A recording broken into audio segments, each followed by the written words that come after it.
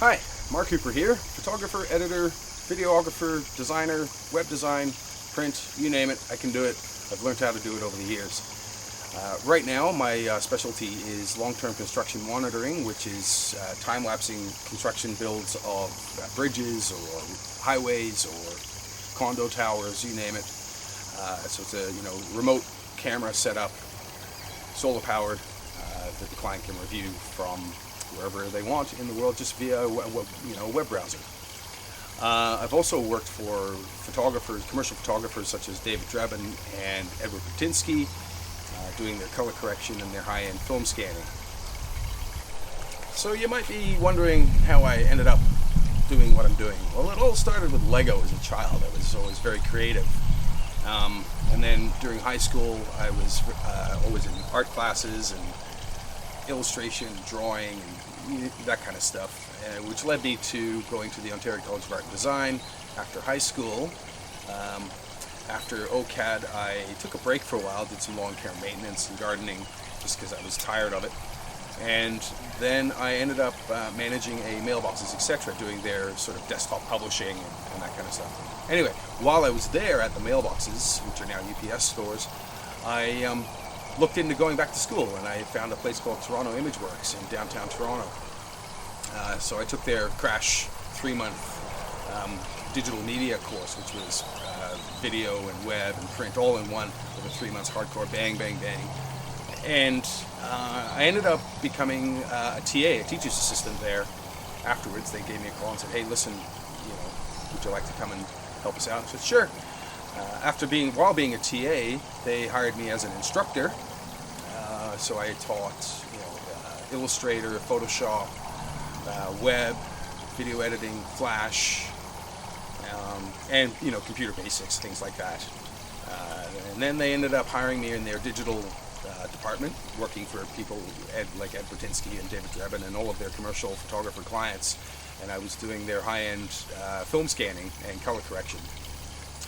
And while I was doing that, I tell you, I learned more on the job than I ever would in school. Just the process of doing things and dealing with clients is huge. I mean, you can sit there and know the program, but the trick is you've got to be able to listen to your client and know what they want. So after my stint of being an instructor and then moving on to the digital department at Toronto Imageworks, I had amassed a fair amount of skills, as well as some clients on the side. So I quit that job and started up my own sole proprietorship, and I used the name called Graphections, which was a mix of graphic and perfection put together, which came from a childhood thing where I was sponsored by a surf shop in Coogee, Australia, called Surfections. So anyway, I took that name and went with it. While being a sole proprietor at Graphections, I had consulted and had contracts with a whole variety of different media and digital production companies, producing web, video, and print media. During my time as a sole proprietor, I had contracts with a variety of different media companies producing web, print, and video content. Some of these jobs were dynamic web design and content management systems, search engine optimization.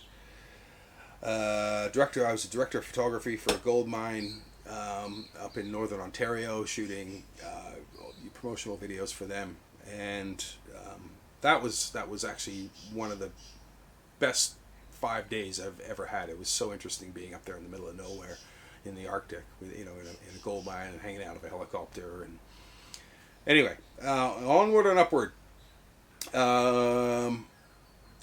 Along with the above, it says it right here. Along with all of those, I was also doing smaller jobs for, different clients, producing web and video content for them as well. I did a bunch of promotional videos for a clock sculptor. I did promotional videos and photography for a jewelry designer, all sorts of stuff. I mean, basically anything that I think I can handle and do properly, I'll do.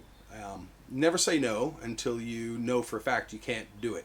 And if you can't do it, then you find somebody who can. You take a finder's fee or something. You come up with some kind of agreement. But rarely would I say no, because one of the tricks to this trade is you learn how to learn. As word got around, I started getting higher end clients, and some of these were huge construction companies.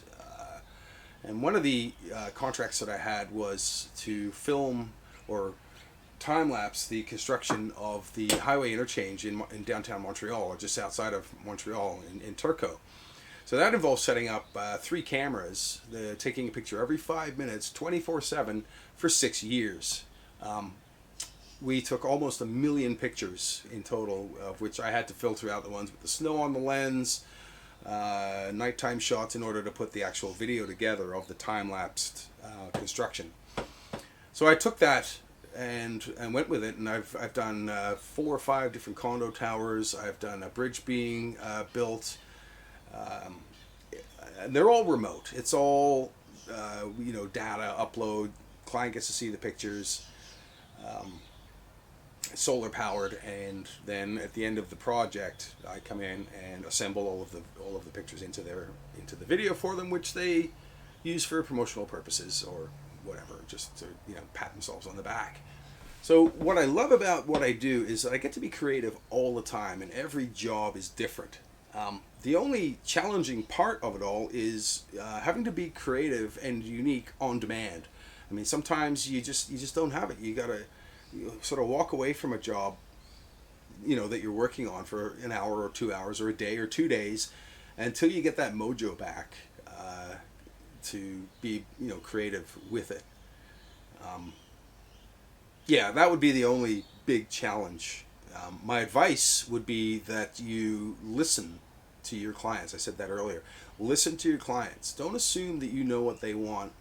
They know what they want, and they may not be able to articulate it properly to you, or you may not fully understand what they're after. But that's what the brainstorming part of any creative project is, and people don't really understand that a lot of the time. I mean, they say, well, it only took you 3 hours to edit that picture. Yeah, but it took me a day to come up with the idea and the branding idea, or the color correction, or the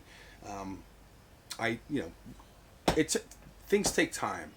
People don't realize that it does take a little bit more time than when just sitting at the computer. Half the battle is coming up with the idea and being creative. So 3 skills that you need in this field. Definitely creative. Be creative. The other is being able to adapt to current media trends, being able to learn the new media, new trends, new software, and to be able to learn it fast. The other thing is being a sole proprietor or working for yourself. You're not only the creative person, you're not only the sort of the grunt doing the digital work. You have to be a marketer, you've got to be a salesperson, you've got to be an accountant, and you've got to be personable with your clients. This is a sort of a tough question. Where else would you use these skills elsewhere? Being the type of person that I am always creative. I'll spend $1,000 making my own shelf where I could have bought it for 50, because I enjoy the process of building and creating and sort of brainstorming ideas. So from a digital media aspect, having that skill set, you can apply it to basically anything you're doing. I mean, it's a process of, what's my idea? What tools do I need? How do I put it together? And how's it going to look at the end? So you got to look at really the big picture of everything. My 2 cents to you all is your biggest asset is your mind, is your creativity. You can do anything you want as long as you put your mind to it and ignore the lazy button. Don't cut corners.